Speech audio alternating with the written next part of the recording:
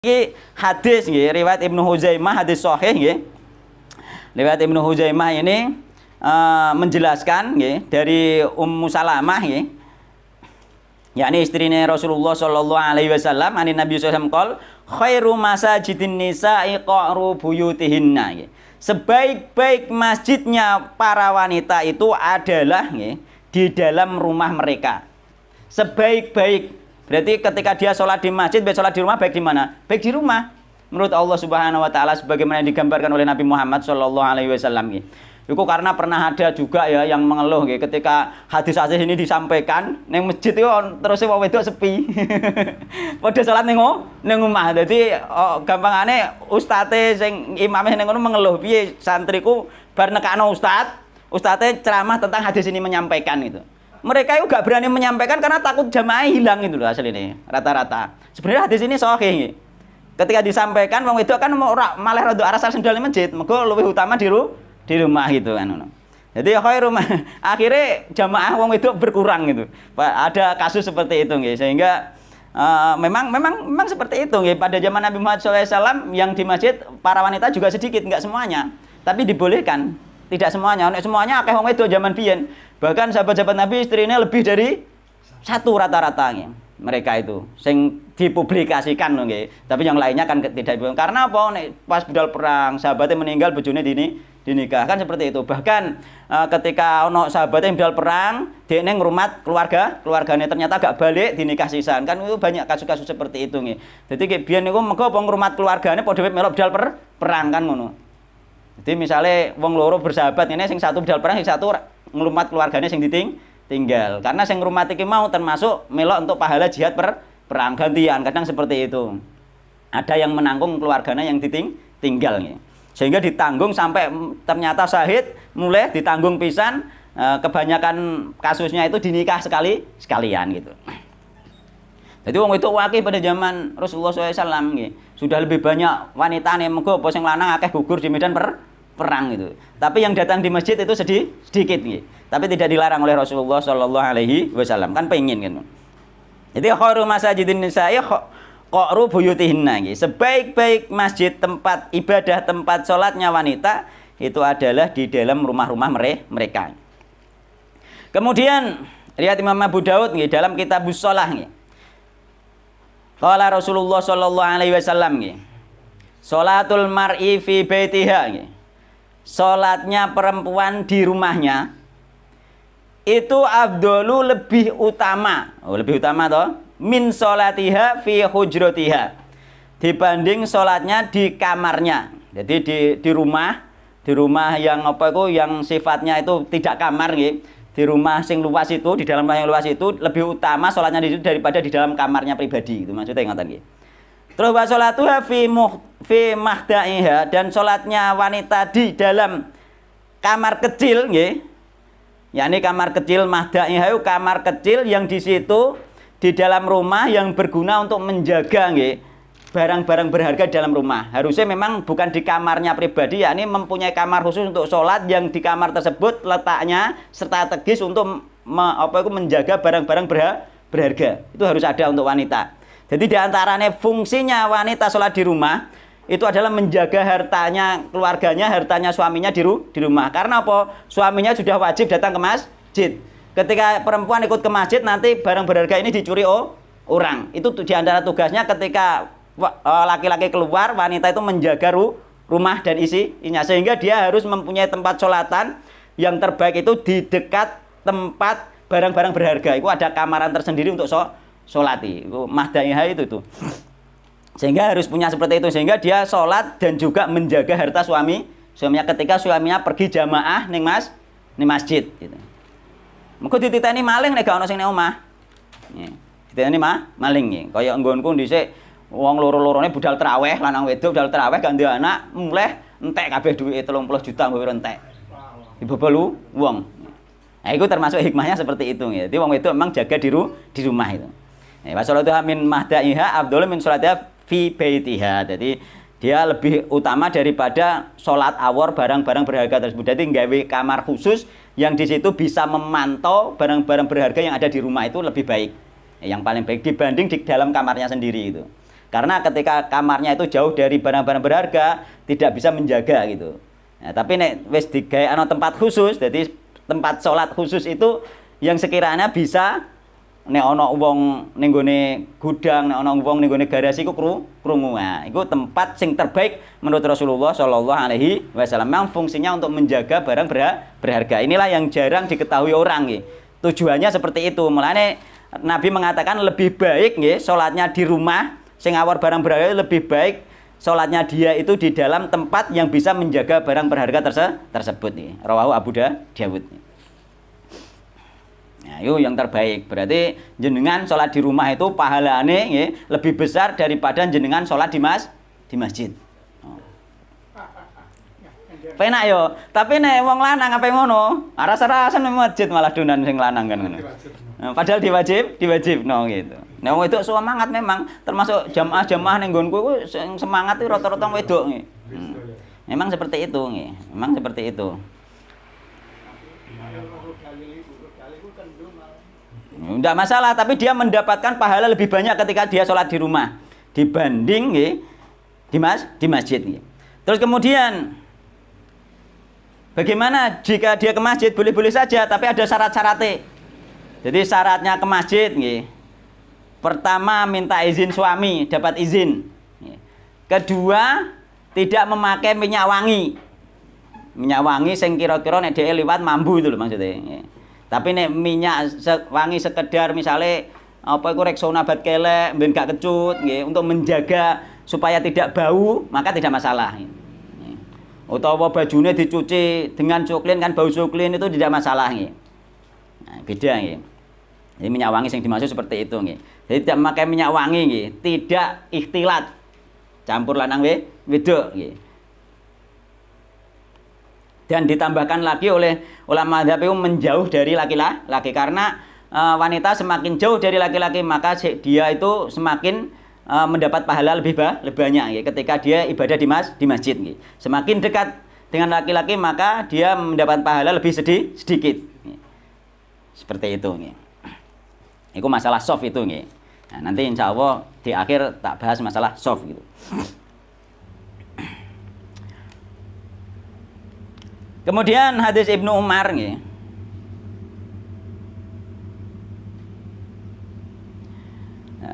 An Ibnu Umar radhiyallahu anhu anna Rasulullah sallallahu alaihi wasallam qala tamna'u ima Allah masajidallah nggih. La tamna'u janganlah kalian yakni para laki-laki nggih, para kepala keluarga nggih. La tamna'u janganlah kalian mencegah ima Allah hamba-hamba perempuan Allah masajidah nggih. Pergi ke masjid nggih. Masajidallah pergi ke masjid Allah. Tapi nek anake sampean perempuan, istrinya sampean perempuan, jelas perempuan nggih. Niku minta izin pergi ke masjid, tidak boleh dilarang, wajib diizinkan. Tidak boleh dilarang. Kenapa wajib? Sebagaimana Ibnu Umar menasihati anake, termasuk anake Bilal bin Abdullah bin Umar itu dinasihati. Dikai sabdane Nabi Muhammad SAW, la tamna'u ima Allah masajidallah nggih. Jarene Ibnu Umar, demi Allah aku akan melarang istriku datang ke masjid. Terus kemudian beliau nggih, anake dhewe dicela oleh Ibnu Umar nggih. Anake ki ambak niku. Dimarahi oleh Ibnu Umar. Rasulullah SAW menyuruh untuk mengizinkan, kamu melarang itu. Tetap harus diizinkan nggih. Mungkin ada sesuatu ingin ketemu sesama ummahat nggih. Mungkin ingin sesuatu yang dibahas nggih di ummahat tersebut, atau mungkin di situ nggih, terutama ketika di masjid ada kajian terus suaminya gak iso ngajari ilmu. Nah, itu harus diizinkan itu nggih. Jadi ono hajat gitu. Ono hajat ngaji gak apa-apa nggih. Jadi boleh nggih, hajat ngaji nggih. Iya, tidak ngaji memang daripada tidak bisa mengajar sendiri atau bahkan dia ulang dhewe iki malah gak gelem nampa ya to. Walah kowe. Nah kan ngoten, tapi nek dijak ning gone masjid sing ngaji Pak Ustad, Pak Kiai utawa ulama sing ngaji, dia akan menerima nasihat itu. Nek dinasihati bojone dhewe nganggur meneh roh bendinane wisan kan ngoten. Oh dia porem dhewe ngono kok Pak kan ngono malih ane repot. Nah itu boleh nggih. Jadi nanti tergantung keadaan nggih. Tapi bukan berarti nggak boleh secara mental, tidak. Tetap ketika minta izin, terutama ada kemaslahatan di situ, yakni ada majelis taklim dan lain sebagainya, mungkin di masjid, maka itu lebih baik diizinkan. Kalau perlu memang diajak untuk tujuannya tolabul ilmi. Tapi dengan syarat tadi, yakni menutup aurat, tidak memakai wewangian. Karena di situ akan melewati orang laki-laki. Kecuali jika di majelis tersendiri, sesama wanita tersendiri, diduga kuat tidak melewati seorang laki-laki, maka pakai minyak wangi nggak apa-apa. Sesama atau sesama keluarga sendiri, sesama keluarga sendiri, maka tidak apa-apa itu. Pakai minyak wangi itu. Yang tidak boleh boleh mari kok liwat wong lanang ku mambu minyak wangi ku sahabat lho. Ana wong wedok wis ruwapet cadaran lah. Nggih, padahal wonge tuwek elek misale, gak ketok kan? Pakai minyak wangi serbul mesti ngene wong lanang iku. Mambu syahwat itu pasti itu nek wong normal kan ngoten. Ya enggak masalah itu, yang jelas menimbulkan fitnahnya itu nanti kan seperti itu. Mulane minyak wangi itu memang seperti dari penelitian juga memang minyak wangi itu itu mendatangkan syahwat lebih kuat itu. Mulane nek wong wedok iku nek nang omah iku dianjurkan pakai minyak wangi nggih. Suamine ben semakin sayang nggih. Terus berdandan yang menarik nggih. Tapi terbalik nggih. Terbalik ape budal ning pasar iki menor itu. Tapi nek nang omah gak tahu nggih. Sakjane nek bar masak, bar apa pekerjaan rumah sudah selesai, itu berdandan wong itu seharusnya kan seperti itu. Tapi nek wis selesai kabeh, tapi nek nyapu apa ya ndak kan ngono. Nah, tapi ketika selesai menunggu suaminya pulang itu berdandan. Tapi sak ngertiku iku nek metu ning njaba kabeh rata iku jenenge memang watak asal memang seperti itu gitu. Malah liwat mbak motor segang 10 meter iki sik enek ambune. Lah iku yang dilarang Rasulullah yang seperti itu gitu. Yang seperti itu nggih. Yang dilarang. Gak usah pakai minyak wangi ketika mau keluar gitu. Ya, nek Rexona yo harus. Nek ambune kecut bojone kaya wah, yes, merek rasa-rasen itu. Jadi jangan melarang nggih. Ning riwayat liyane la tamna'u nisa'akumul masajida wa buyutahunna khairul lahunna. Riwayat Abu Daud nggih. Tentang dalam bab majaa fi khurujin nisa ilal masjidi. Dadi ana bab ning gone Sunan Abu Daud iku majaa fi khurujin nisa ilal masjidi. Jadi wanita keluar ke masjid itu. Mulane la tamna'u, janganlah kalian para laki mencegah nisa akum wanita-wanita kalian al masjida pergi ke masjid. Terus kemudian dilanjutkan oleh Nabi, ojo mbok cegah bojo manam wedok iku budal ning masjid. Tapi jadi Nabi wa buyutahunna khairul lahunna, dan rumah-rumah mereka itu lebih baik bagi mereka. Ganjarannya luwih akeh ning omah isekan kan ngoten. Abu Daud. Terbalik bikinane ya wong lanang wajib ya budal dosa dengan tafsil perincian. Nah, kemudian nggih ada lagi nggih. An Abi Hurairah dalam riwayat Abu Daud lagi nggih, dan juga riwayat riwayat Abu Daud nggih. La tamna'u ima Allahi masajidallah nggih. Janganlah kalian mencegah hamba-hamba perempuan Allah pergi ke masjid.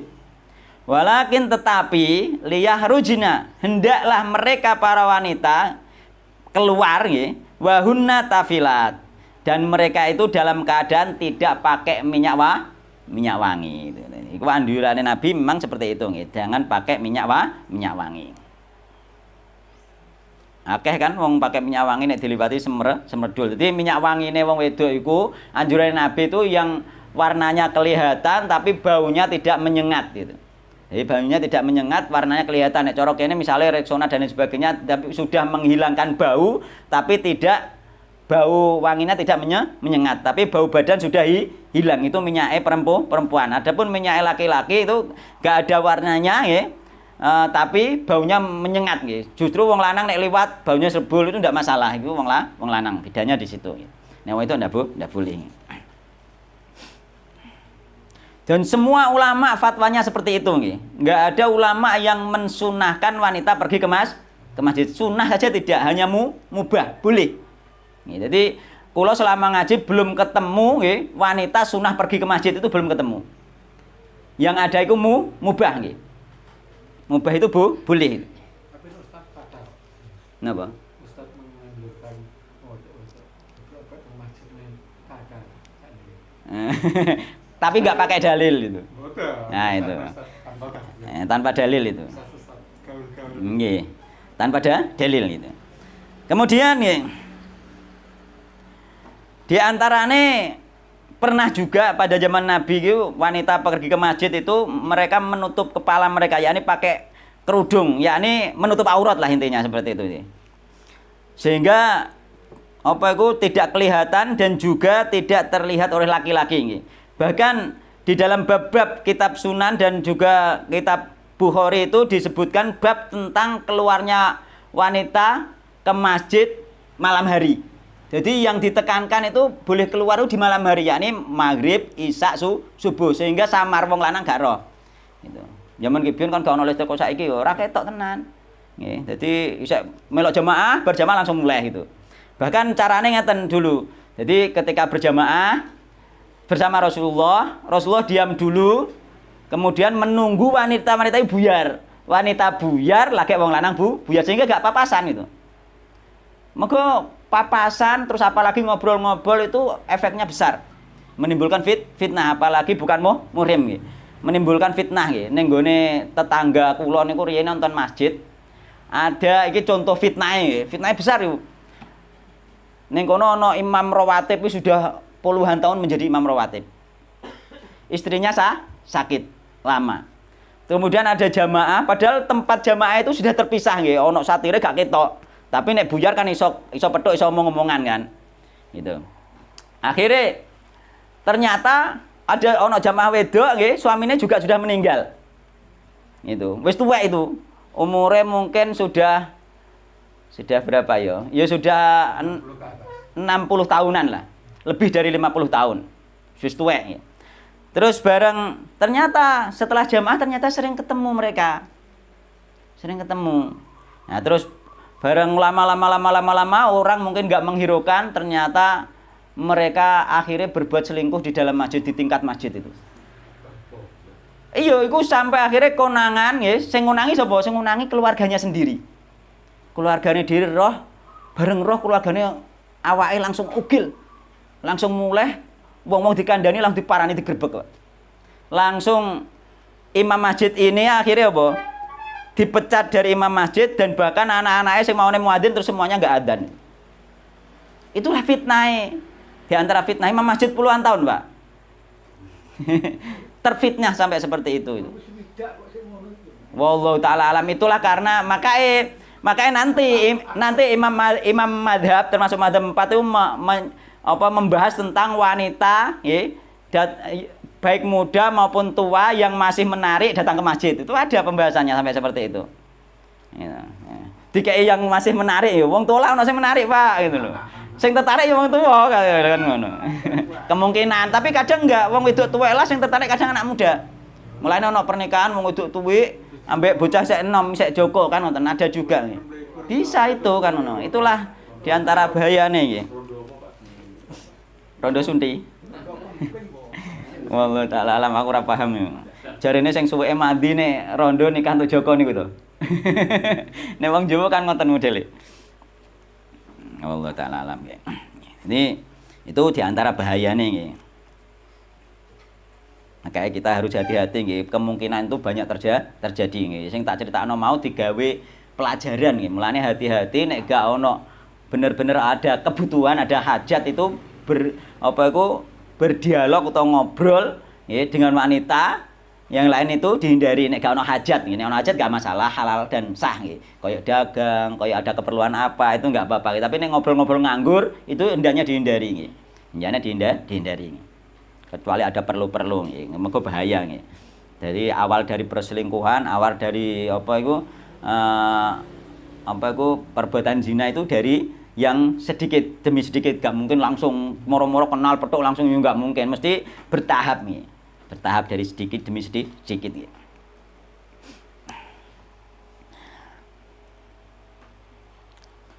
Jadi nenggone hadis Ibunda Aisyah nggih, qalat beliau berkata, laqad kana Rasulullah sallallahu alaihi wasallam yusolli al-fajr fayashhadu ma'ahu nisa'un minal mu'minat mutalaffi'at fi murutihinna thumma yarji'na ila buyutihinna ma ya'rifuhunna ahadun.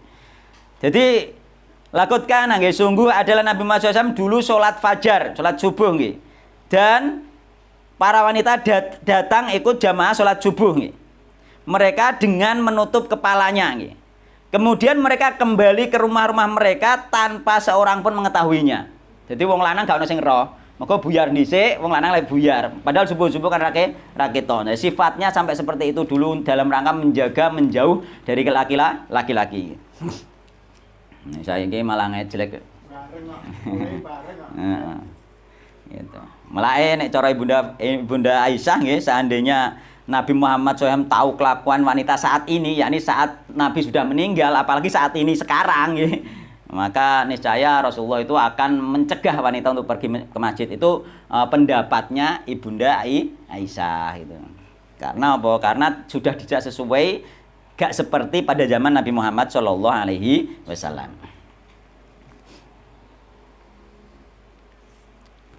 Jadi ning riwayat liyane iku idza sta'dzanakum nisaukum billaili ilal masjid nggih.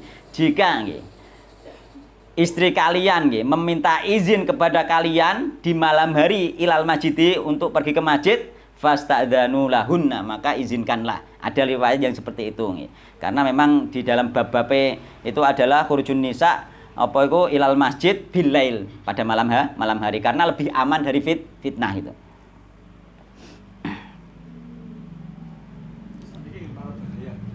Wallah taala alam. Tapi nek tetangga masjid insyaallah gak bahaya, perek-perek kok. Insyaallah gak bahaya. Tetap boleh-boleh saja nggih. Kita tetap tidak boleh melarang karena apa? Karena syariat pada zaman Nabi membolehkan itu, di belakangnya apapun alasannya tidak boleh melarang. Karena Nabi dan Allah sudah tahu yang ke depan itu akan seperti apa, orang sudah tahu. Makanya tetap hukumnya mubah nggih, boleh. Ora kok berarti itu hanya pemikirannya Ibunda Aisyah nggih. Ya ini seandainya Nabi tahu pasti dilarang itu. Seandainya saja masih seandainya tidak dipakai, bisa dipakai hukum. Karena apa? Dipakai dalil oleh Bilal, yakni Bilal bin Abdullah bin Umar itu dimarahi oleh Abdullah bin Umar. Dimarahi sean, gak oleh, tetap harus dibolehkan. Meskipun keadaannya seperti ini, itu menurut Abdullah bin Umar tetap boleh. Asal iku mau minta izin suami, tidak memakai minyak wangi, tidak ikhtilat. Terus kemudian nih, hadisnya tidak boleh pakai minyak wangi lagi, yakni dari Abu Hurairah nggih, ayyumam ra'atin asobat bakhuron fala tajhad ma'anal aisya al akhirah nggih. Barang siapa yang mengenai dia itu bukhur, yakni wewangian, fala tajhad ma'ana al isya. Janganlah dia itu nggih datang bersama kami dalam sholat isya. Gak oleh melok sholat isya. Terus Nabi Muhammad SAW ini khusus ning isya, tapi ada hadis umum, yakni riwayat Imam Muslim lagi, idza syahidat ahada kunnal masjidah fala tamassatiban. Nah, ketika salah seorang di antara kalian para wanita hendak hadir ke masjid, maka janganlah menyentuh minyak wangi, yakni gak boleh pakai minyak wangi gitu.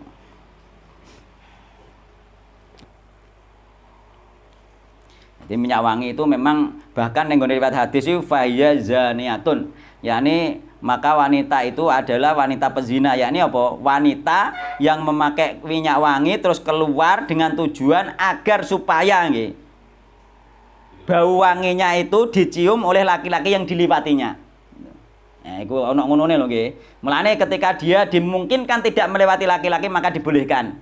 Misalnya mbek keluargane numpak mobil, apa dolan juga ning gone anake misalnya kan, maka dia pakai minyak wangi nggak ada masalah, tidak ada kemungkinan melewati laki-laki lain, maka itu dibolehkan. Harus ada rincinya seperti itu, nggak mutlak tidak boleh ndak. Ya, atau mendatangi sesama jamaah wanita dan dimungkinkan dugaan kuat tidak melewati laki-laki maka juga dibolehkan. Jadi ada rincian seperti itu, nggak harus kok nggak boleh total tidak. Ada rincian nggih. Semuanya tafsil, ada tafsil. Ora kok angger ambune wangi terus angger bojone apa nganggo wangi ojo haram. Enggak, lihat-lihat mau kemana dia itu kan. Terus lewatnya mana? Apakah pakai mobil mbek sampean terus tok omahe anake? Ndak ada masalah itu.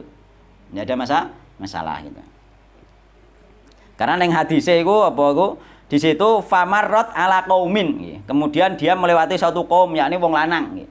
Terus liyajidu min rihiha agar supaya baunya dicium oleh laki-laki tersebut. Maka yang inilah yang dinamakan fahya zaniatun. Inilah yang dinamakan wanita pezina sengaja. Sengaja wangi-wangi terus ngliwati wong srepet gitu kan. Nah itu yang dilarang. Tapi kalau tidak seperti itu masih dibolehkan. Ada rincian ya. Terus bagaimana pendapat Imam Madhab?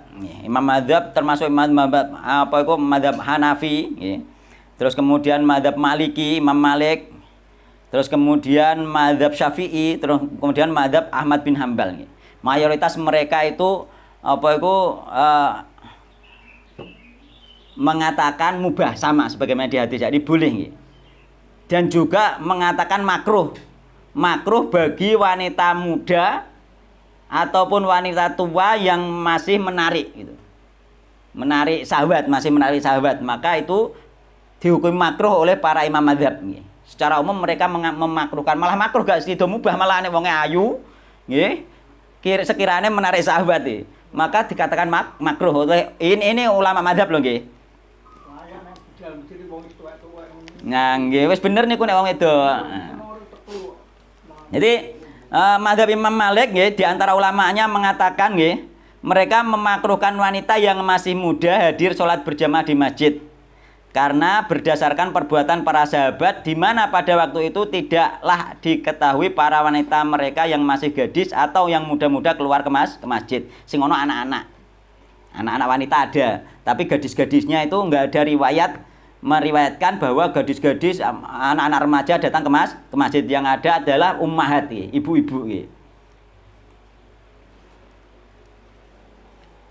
Mereka Madzhab Malik mengatakan kalau seandainya para wanita turut ke masjid, maka masjid dipenuhi mereka dan melebihi laki-laki.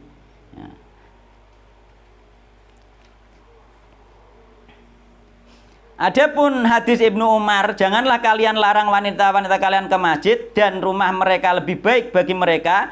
Maksudnya adalah keluarnya mereka menuju masjid boleh, namun meninggalkan perbuatan tersebut lebih disukai. Jadi pendapatnya Madzhab Imam Malik secara umum. Terus kemudian pendapat Imam Syafi'i dalam Madzhab Imam Syafi'i, yakni Imam Al-Mawardi berkata, minas sunnati lahunna as-sholatu fi buyutihinna dunal masajid. Jadi termasuk bagian dari sunnah bagi perempuan adalah sholat di rumah-rumah mereka. Bahkan sing sunnah sholat di rumah dunal masajid, bukan di masjid-masjid. Jadi sampean omah malah oleh ganjaran akeh malah penak. Sing wong lanange pengen nang omah. Kapiye tapi nek kula nggih seneng teng masjid. Nggih secara umum masyarakat sing tandha nggih, secara umum masyarakat niku lho nggih. Nek kula nggih seneng teng masjid.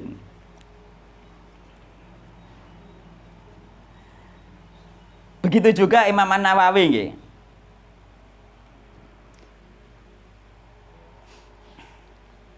Imam Nawawi juga mengatakan apa itu lebih afdol di rumah gitu.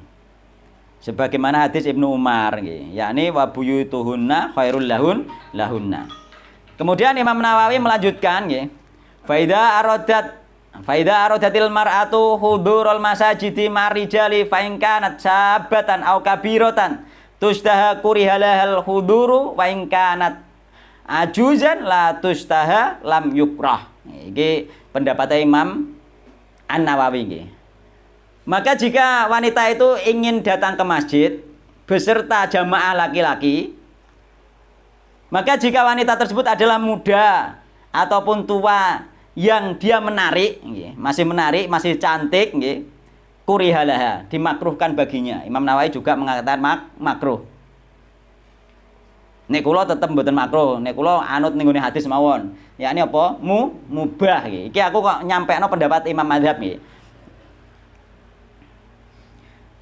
Wa in kanat ajuzan la tustaha lam yukrah. Nah nek kira-kira sing hadir ke masjid itu tidak sudah tua, tidak menarik, maka tidak makruh. Itu menurut Imam An-Nawawi.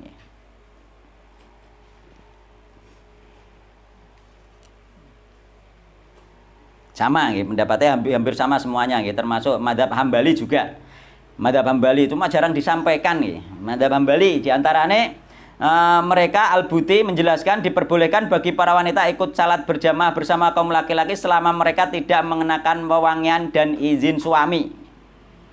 Terus wa yukrahu huduruha ay jama'atar rijal li hasna'a syabatin aw ghairiha. Li'annaha mudinnatal iftitan wa yubahul hudur li ghairiha ay ghairil hasna tafilatan ghairu mutatayyibatin bi idzni zaujiha wa baituha khairul laha saya ngono. Jadi dimakruhkan nggih hadir ke masjid para wanita untuk berjamaah bersama kaum laki-laki, yakni enggak masjid khusus. Beda nih masjid khusus ono masjid khusus wanita, beda nanti nggih. Bagi wanita yang cantik nggih, muda ataupun tua. Karena sesungguhnya wanita cantik yang muda tua tersebut adalah mendatangkan fitnah. Dan dibolehkan hadir nggih li ghairiha, yakni selain apa muda dan cantik dan tua cantik tadi nggih, yakni ay ghairil hasna nggih. Bagi mereka yang sudah tidak cantik, tidak menarik, maka dibolehkan mubah. Dengan syarat sya'an tafilatan ghairu mutatayyibatin bi idzni zaujiha nggih. Dia itu menjauh nggih, yakni menjauh dari laki-laki, tidak pakai mewangian dan izin suami. Bisa ono menjauh dari laki-laki gitu. Ya, orang jarak pengen berpapasan, orang jarak pengen ngobrol mbek laki-laki. Terus kemudian cek wabe itu khairul laha. Wis ngono sik omahe iki sik luwih apik bagi dia gitu. Mulane ning gone masalah barisan kae khairu sufufir rijali awwaluha wa syarruha akhiruha gitu. Sebaik-baik sofnya laki-laki itu di awal dan seburuk-buruk sofnya laki-laki di belakang. Maksudnya perempuan. Seburuk-buruk sofnya laki-laki kok di belakang. Oke. Seburuk-buruk sofnya laki-laki di belakang. Jadi sebaik-baik sofnya laki-laki di depan dan seburuk sofnya laki-laki itu di belakang. Yakni seburuk-buruk maksudnya pahalanya saya sing pahalanya akeh di depan. Buruk bukan berarti haram bukan gitu. Terusan wa khairu sufufin nisa'i akhiruha gitu. Sebaik-baik sofnya wanita itu di belakang akhir. Wa syarruha awwaluha. Seburuk-buruk sofnya perempuan itu di depan. Iku maksudnya apa? Maksudnya iku di depan itu pahalanya lebih sedikit. Mulane zaman Nabi itu sof laki-laki nggih, di depan, terus kemudian belakangnya sof anak laki-laki. Terus belakangnya lagi sof anak perempuan. Agar supaya wanita semakin jauh, terus belakangnya lagi soft perempuan secara umum gitu. Itu adalah aturan soft menurut keterangan para ulama termasuk Syekh Bibas dan lain-lain, aturan soft bagi masjid yang tidak ada penghalangnya. Aturan soft bagi masjid yang tidak ada penghalangnya. Artinya apa? Nek tidak ada penghalangnya sing pol guri iku wong wedok luwih utama. Tapi nek ana penghalangnya sehingga tidak bercampur dan benar-benar terhalang, maka soft wanita yang terbaik juga di depan. Ya ini soft wanita loh nggih, di depan. Mulane nek wanita jamaah sesama wanita sendiri, iku soft paling utama tetap di depan, bukan di belakang. Ngerti maksud kula nggih? Jadi nek wong wedok ambek wong wedok jamaah sing imami ya wong wedok misale, maka soft depan itulah yang paling utama itu. Jadi itu rincian para ulama. Terus piye imame? Imame gak padha nek wong wedok ambek wong lanang. Imame di tengah-tengah soft pertama. Jadi wong wedok nek salat jejer, ora maju ning ngarep gitu. Terus sebagaimana yang dipraktekkan Ibunda Aisyah. Jadi ora kok koyo wong lanang ning ngarep terus barisan guri ndak, di tengah-tengah soft. Imame itu untuk wanita itu. Di tengah-tengah soft depan. Terus kemudian di belakang, jadi soft depan itulah yang paling utama ketika dia jamaah sesama wanita nggih. Ora kok ngarep guri koyo wong lanang mboten nggih. Itu yang perlu diperhatikan. Jadi nek umpama masjid iki ana, mulane termasuk Syekh bin Baz juga ditanya tentang masjid yang sudah tertutup. Kanggo wanita ana dhewe nggih, ditempatkan ruangan tertutup sendiri. Nggih, terus kemudian karena ada kasus nggih. Nek masjid itu ada tempat yang tertutup, terus wanita bisa itikaf di situ. Terpisah dengan laki-laki, Dan ternyata ada seorang wanita yang berpaham tentang soft ini akhirnya wis tertutup tapi mangguk ning pol guri. Mergo dijak mengarep ngisi sop ngarepe wanita gak gelem. Alasannya apa? Alasannya hadis ini. Kemudian ditanyakan kepada Syekh bin Baz. Kemudian dijawab pemahamannya tidak seperti itu. Kalau sudah benar-benar terpisah, maka soft terbaik bagi wanita itu adalah di depan. Karena apa? Wanita itu adalah bagian dari laki-laki. Yani sebenarnya kalau terpisah sendiri-sendiri, softnya dia yang terbaik juga di depan. Tapi nek terbuka kok ngene iki umpama digawe sop lanang wedok ya sing mburi kono sing wedok sing paling apik itu. Ya bedanya seperti itu ampun nggih. Jadi untuk masalah itu insyaallah selesai nggih kula anggap selesai karena memang penjelasannya seperti itu, enggak ada pernah para ulama itu menghukumi sunnah wanita pergi ke masjid nggih. Dan Nabi Muhammad juga tidak yakni mubah, boleh diizinkan gitu. Jadi seperti itu dan pahalane bagaimanapun nggih, meskipun mereka memenuhi syarat-syarat pahalane tetap lebih besar salatnya dia di rumah.